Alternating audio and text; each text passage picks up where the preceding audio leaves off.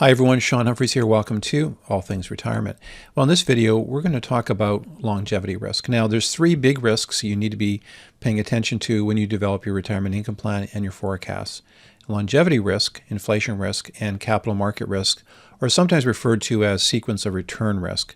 So in today's video, we're going to talk about longevity risk, a really important area to take a look at in the context of your retirement income planning.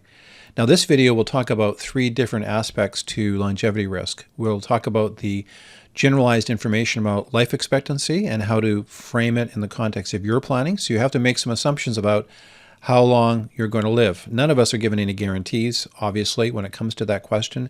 But you need to think about your retirement income plan much like an actuary or pension plan would. So you do have to take into account, how long do I need that money to last for me?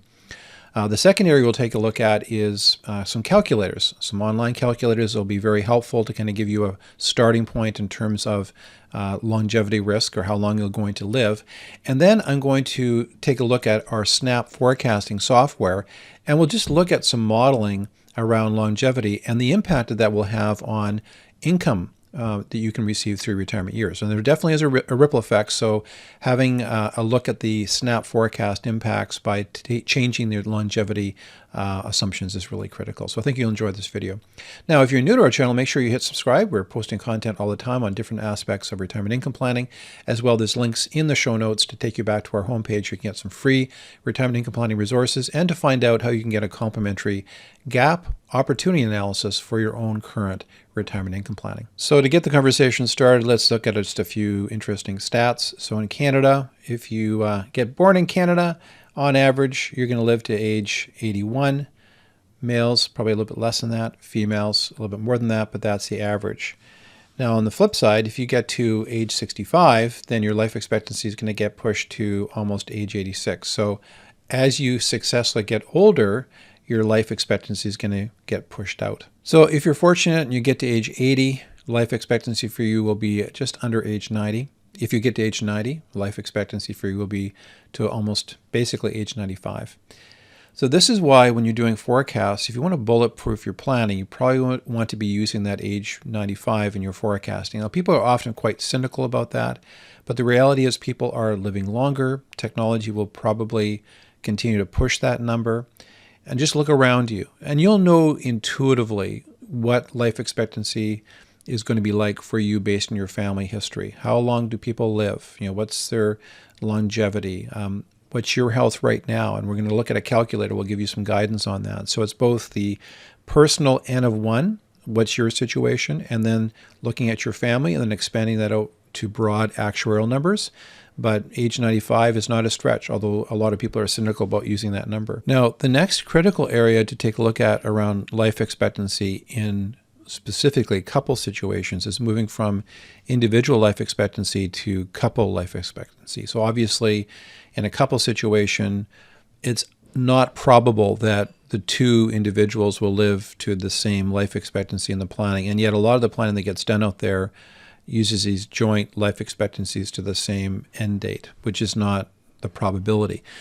So very often the female is going to live longer than the male, and you need to model that, because what's going to happen is there could be a loss of some pension benefits, government benefits. You want to make sure that the surviving partner, often the female, is going to have sufficient financial assets or pension assets to maintain their long-term income security.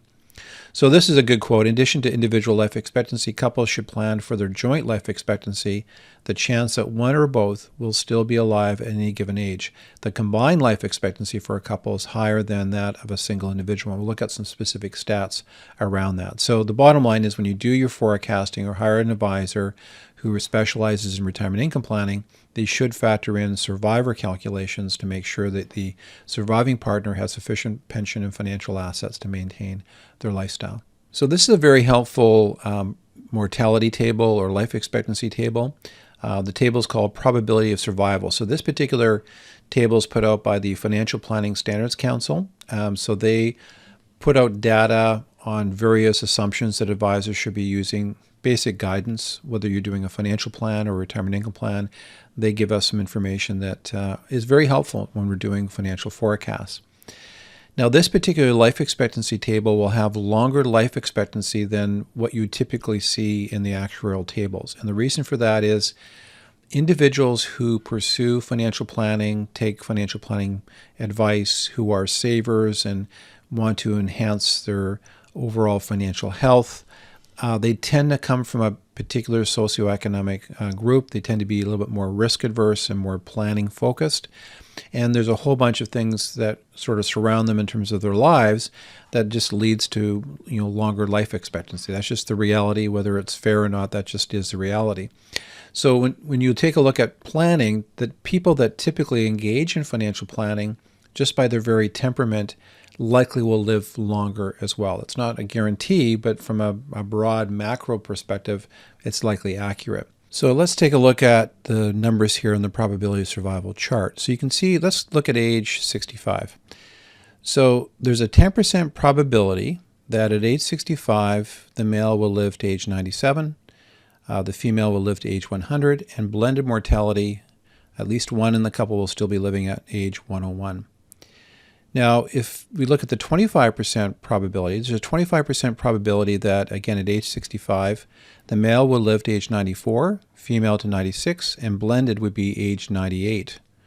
And then when we get to 50% probability, there's a 50% probability that at age 65, the male will live to age 89, the female 91, and there's a blended mortality that one in the couple at age 94 will still be living. So that's not insignificant. 50% chance at age 70, blended mortality would be 94. At age 65, blended mortality, 50% chance, 94 as well.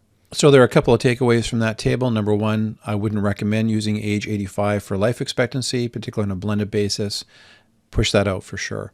And make sure you're doing a survivor needs analysis for the surviving partner to make sure that they have sufficient pensions and financial assets to maintain their lifestyle.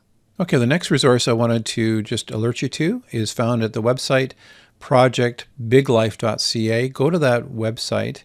There'll be a link in the show notes for this video.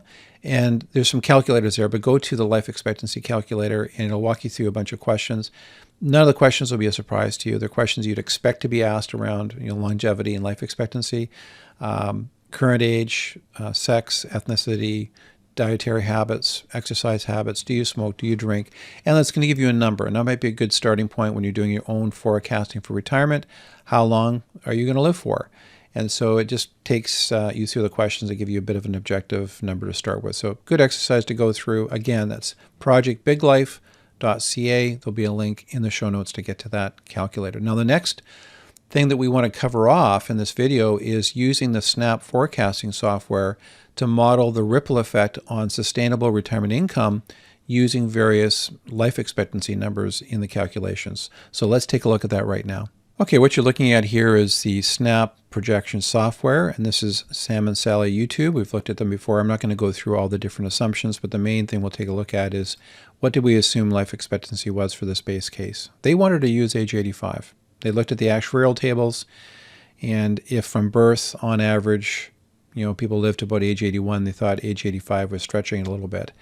So we did run this particular forecast. So let's take a look at what the numbers look like. I'm going to go back to the planning pages, and the sustainable income again for their situation was $67,296 per year, indexed at 3% per year. So $67,296 by their 70th year. They retire here at 60. That's up to $93,000 per year of after-tax expenses. If I look at the charts, visually, the purple here is that after-tax income all the way through to age 85. And this is their net worth position. So their TFSA value in green, blue is RSP accounts. All financial assets are depleted by their age 85. Now, when we were having the conversations, I did talk to them about the Financial Planning Standards Council's assumptions. I did say that they were correct, that they've pushed the numbers out from average life expectancy in Canada from 81 to 85. They thought that was enough buffer, but when we looked at the data, they said, you know what, we would want to take a look at the impact of extending it to age 95, just to see what the delta is between those two scenarios. So let's take a look at that revised assumption. Okay, let's look at the revised analysis. We used age 95 from age 85 in terms of longevity. And if I go back to the planning pages, we'll take a look at the combined, and I calculated that the sustainable after-tax income is $61,104. You may recall in the previous to age 85 analysis, the sustainable was $67,796. So that represents a reduction of after-tax income in today's dollars of $6,692. If I go to the charts here, you can see that we in fact have confirmed that their asset base fully funds that lifestyle out to age 95, and in the blue they still have real estate equity, never encroached upon in this scenario. Now, this brings up other questions. So Sam and Sally would logically say, well, what's the impact if we plateau expenses at age 80? We don't need to be inflation adjusting at 3% all the way through. Likely plateauing makes sense. And if they said to us, well, what if we use some of our home equity in this analysis to make the planning take into account maybe additional lifestyle or surprise expenses, so we can do that as well. And then finally, it's important to take a look at iterations where, let's say we kept Sally's life expectancy to age 95, but back Sam's to age 85. That's going to lead to a reduction of government benefits in the planning and maybe some pension benefits as well.